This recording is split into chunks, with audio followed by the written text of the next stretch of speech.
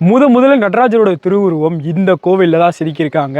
அதாவது 7ஆம் நூற்றாண்டுல பல்லவ மன்னரால் குடையப்பட்ட சீயமங்கலம் குடைவரை கோவில்ல தாங்க இப்ப நம்ம இருக்கோமே. இந்த கோவில் எங்க இருக்குன்னு பார்த்தீங்கன்னா, திருவண்ணாமலை மாவட்டம் வந்தவாசி அருகே இருக்க சீயமங்கலம் என்ற ஒரு கிராமத்துல தான் விற்றிருக்கு.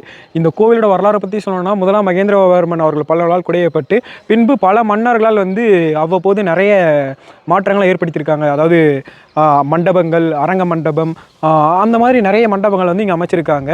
பார்க்கறதுக்கு இந்த கோவில் ஒரு அமைதியான சூழல்ல அமைஞ்சிருக்கு. அது மட்டும் இல்லாம இந்த கோவிலோட இடது பக்கத்துல பார்த்தீங்கன்னா, ஒரு பிரம்மாண்டமான ஏரியும் பல்லவர்கள் வெட்டியிருக்காங்க. பல்லவர்களோட கான்செப்ட்டே என்னன்னு பார்த்தீங்கன்னா, முதல்ல அவங்க ஏரிய தான் வெட்டுவாங்க. அதுக்கப்புறம் தான் அவங்க கோவிலே கட்டுவாங்க. அந்த விதத்துல இந்த ஏரி பாருங்களேன் எவ்வளோ பிரம்மாண்டமா இருக்கு. ஏன்னா அவங்களுக்கு ஏன் முதல்ல ஏரி வெட்டுறாங்கன்ற காரணத்த நான் உங்ககிட்ட சொல்லிடுறேன். அவங்க முதல்ல அது நீர் தேவை ஏற்பாடு செய்த பிறகு தான் கோவிலே ஆரம்பிப்பாங்க. ஏன்னா ஒரு கோவில் மிகப்பெரிய பாறையை குடையை பார்த்து அந்த நீரை ஊத்தி ஊத்தி ஊத்தி சூடு பண்ணி அடிக்கணும். அதுக்குன்றதுக்காக உங்களுக்கு நிறைய அளவுல நீர் தேவை ஏற்படும். அதனால தான் அந்த ஏரியை வெட்டிட்டு தான் அவங்க கோவில் வேலையை ஆரம்பிப்பாங்க.